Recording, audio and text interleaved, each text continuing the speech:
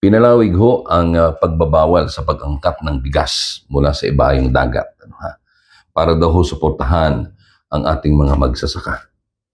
Ito ho ba'y talagang makakatulong? O ito'y isa pang band-aid solution? At pagkatapos niyan, meron hong panawagan.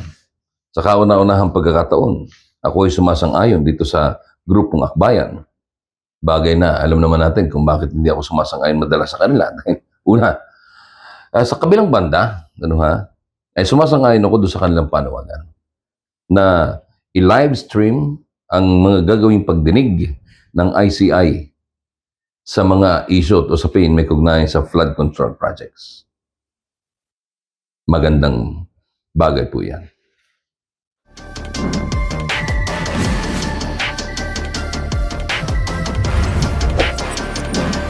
Dagundong.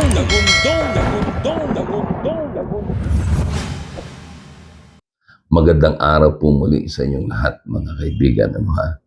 At isa pang episode ng ating programa, ang ating pag-uusapan ngayon. Hindi pa rin ho masasabi na pangmatagalang solusyon itong pagbabawal sa pag-importa ng bigas para makatulong po sa ating mga magsasaka. These are, again, is another band-aid solution. Sapagkat nananatili pa rin hong naghahari ang mga rice traders, itong mga namimili ng bigas. Sila pa rin ang nasusunod. Hindi nila bibilhin ang bigas kapag mahal. Talagang babaratin ng husto itong mga magsasaka. Kaya naman ho, nakakainis at talagang nakakabuisit. Sapagkat, totoo yun, nakakapanggalaiti, nakakapanggigil. Kung bakit hindi natin ito mabawalan? Sino ba ang nasa likod nitong mga negosyante na ito? Bakit sila ang nasusunod? Hindi ba dapat ang masunod yung pamahalaan? Hanggang kailan ba natin titiisin itong ating mga kamagsasaka? Aba, magsasaka ang bumubuhay sa atin. Magsasaka ang nagpapakain sa atin. Pero Diyos ko naman, bakit ang pinakikinggan natin ay mga mapagsamantalang mga mangangalakal? Mga rice trader na hindi bibilhin ng palay mo sa presyong gusto mo. Kukunin nila sa presyong gusto nila. Ibaga, ay parang, teka muna, mas alam ko yung aking paninda, yung aking produkto. Tapos kukunin mo ng ganun lang. Laki ng gastos namin din eh. Kaya lang, hindi makatanggi itong ating mga magsasaka. Anong gagawin nila doon sa palay na pagkarami-rami kung hindi nila ibibenta? Ay sisigilin sila sa utang. Yung pinagkautangan nila nitong mga pataba, nitong mga fertilizers, nitong mga pesticide, herbicide, at iba pang mga gamit nila sa pagsasaka. Di ba? Kaya, Diyos ko po, sana naman ay magising na ang pamahalaan. Hindi lamang ho flood control project ang problema ho natin. Bigyan na ho natin ng permanenteng solusyon ang ating mga magsasaka. Sapagkat napakalaki na ho ng hirap nila sa atin. Pero tayo, nakikinabang tayo sa kanila, wala silang pakinabang sa atin. They cannot even pay their debts or loans or whatever you call it. Hindi sila makabayad. Ay matakin mo, gagastos sa magsasaka ng 13 pesos kada kilo para sa pag-produce ng kanyang palay. Tapos bibilhin mo ng 6 na piso, 8 piso, hanggang 10 piso. Ay 13 pesos yung gastos. Parang mali, di ba?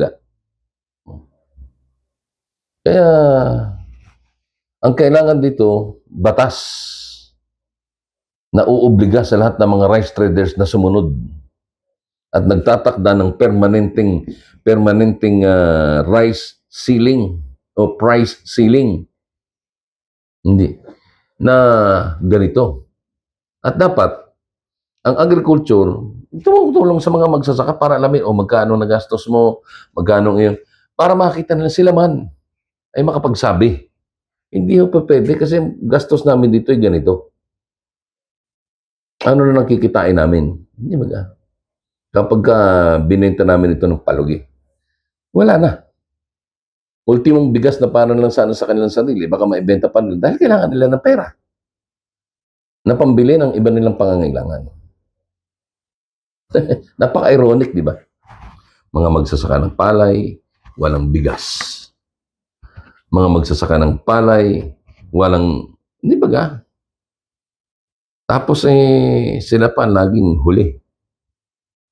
At pinagmamalaki pa ng Department of Agriculture na pati mga magsasaka natin makakabili na rin ng 20 piso kada kilo ng bigas. Nungka. Di ba? E di magtabi na lang ako ng 2 sako ng palay at yun ay pababayo ko o ipapagiling ko para maging bigas. Para sa 1 buwan, 3 buwan. Kasi 3 buwan ho talaga yan eh.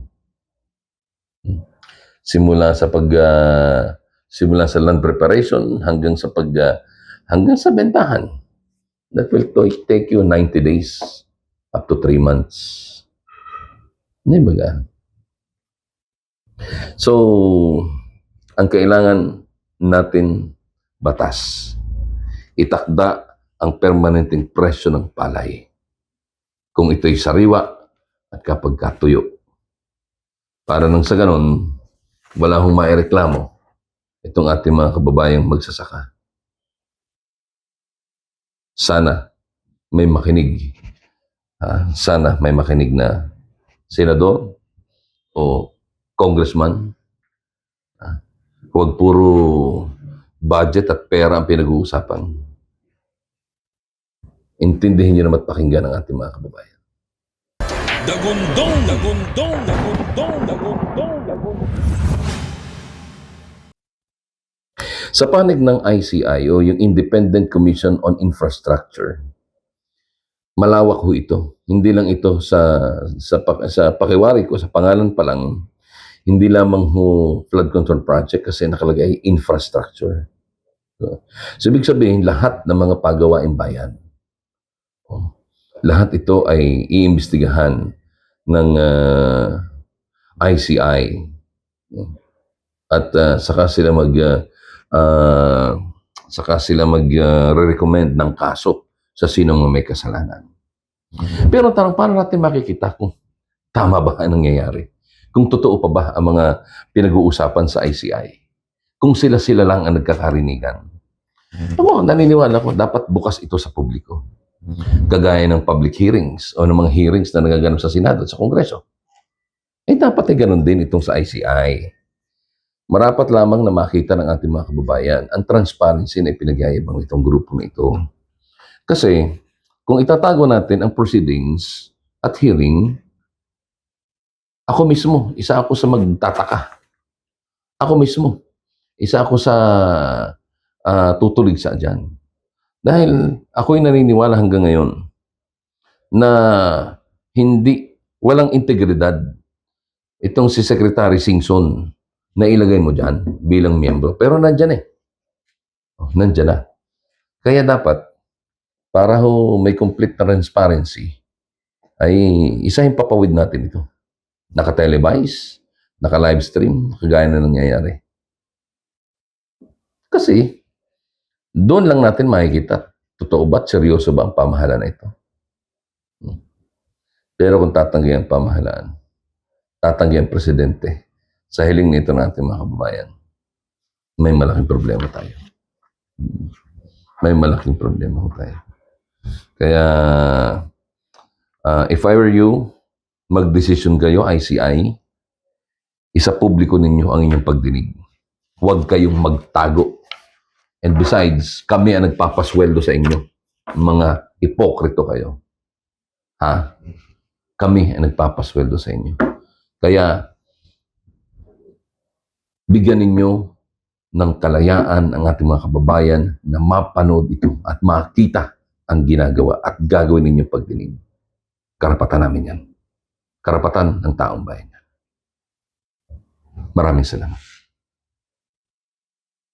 Sana'y magising ang bumubuo ng Independent Commission on Infrastructure sa panawagan natin. Ngayon pa man hindi tayo titigil. Patuloy natin silang gigisingin kahit pa sila nagtutulog-tulugan. Uulilitin natin ang kanilang tenga sa pamamagitan ng ingay ng dagundong.